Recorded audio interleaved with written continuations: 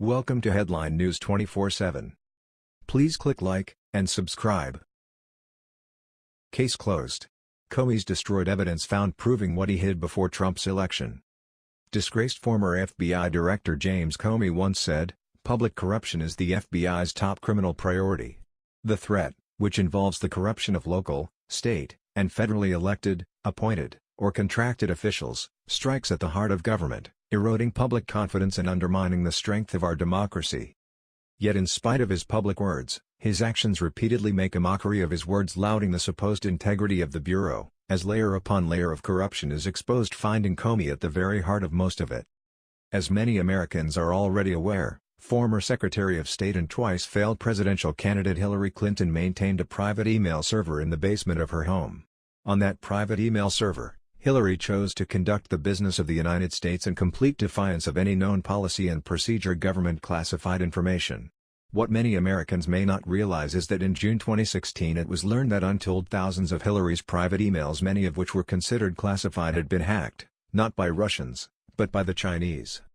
Comey was still serving as director of the FBI at that time. Yet he failed to make any disclosure whatsoever regarding the national security breach to House Judiciary Committee Chairman Bob Goodlatte when he asked Comey directly if China had breached Hillary's emails.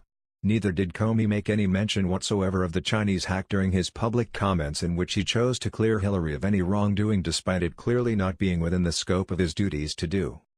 What Comey and other top brass at the FBI chose to do was conceal that information in the 5 months leading up to the highly contentious presidential election in November 2016. Likewise, the FBI also chose not to investigate the national security breach, nor did it refer the case to the NSA, CIA, or any of the other appropriate agencies. What Comey chose to do instead defies comprehension. Rather than holding Hillary accountable for her willful actions in defiance of any known security protocol, Comey chose to strike immunity deals with Hillary and her aides to destroy their laptops directly following the FBI's probe. According to FBI sources, one of those laptops yielded significant intelligence breaches along with other probable attacks on Hillary's emails and private server over an extended period of time by state-backed Chinese hackers. Yet there was no special counsel appointment, no mass media hysteria, no by-the-moment Twitter tirades, no screams for impeachment, and seemingly no investigation either. As True Pundit reports, in return for the aides' cooperation, Comey and the DOJ agreed not to prosecute Cheryl Mills and Heather Samuelson based on any incriminating evidence contained on the laptops. They also agreed to destroy the evidence once the FBI had examined the computers.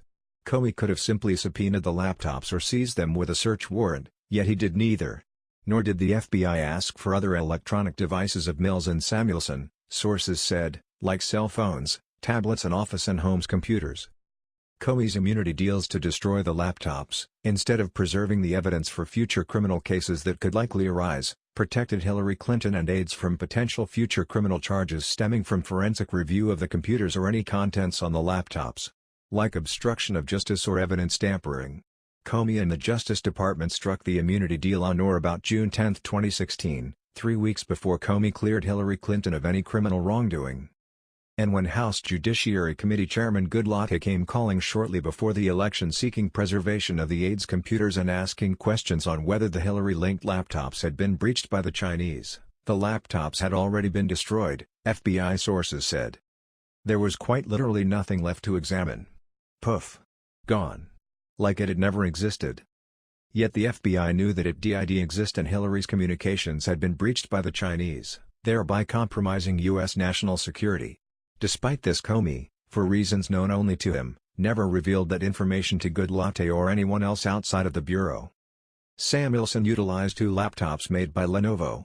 Lenovo is a company directly tied to the Chinese government and sold for years with pre-installed malware on the computers specifically intended to be a state-sanctioned backdoor for Chinese hackers. This pre-installed malware was utilized in one of Samuelson's laptops was indeed compromises. That laptop was then destroyed by the FBI per the immunity agreement as neither Comey nor Hillary wanted this breach publicized.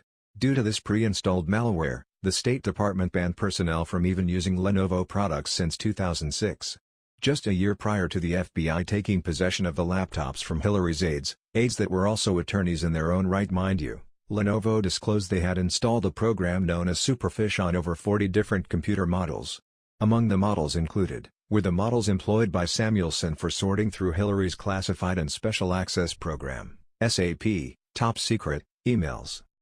Lenovo began installing Superfish in 2010 according to the Department of Homeland Security. DHS warned in February 2015, websites, such as banking and email, can be spoofed without a warning from the browser. The program has placed ads on computers but was easily used by hackers to attack the computer remotely. This was a known issue, and yet Hillary and her State Department chose to use Lenovo products anyway, almost as if they were daring the Chinese government to breach classified information. True Pundit reports that Good Latte learned in October 2016, just weeks before the presidential election, that Samuelson employed Lenovo laptops as part of her State Department-related work with Clinton. He fired off a letter to Comey, specifically inquiring whether the computers had been compromised by the Chinese. Good Latte hedged that there was a strong possibility Secretary Clinton's emails were obtained by the Chinese government, the State Department, FBI, or any other agency had redacted Top Secret and Special Access Program, SAP, information. Again, the FBI at the time of Good Latte's letter, included in full below, had already confirmed the hack. But nobody in the FBI told Good Latte or anyone else in Congress. That of course includes Comey, who has since been fired and now tweets about the honesty and integrity of the FBI, especially during his tenure. Did then Attorney General Loretta Lynch know too? What will Good Latte and other members of Congress do about it now, after they have been openly mocked by the FBI? Likely very little. Another cover-up, but this time with the built-in security of immunity deals to destroy evidence of a national security hack by a communist power who obtained the most sensitive documents of the United States government. And got away with it because Comey and the top brass at FBI wanted Hillary in the White House. That was the news. We thought you might be interested in knowing about this. Please click like and subscribe. Thank you.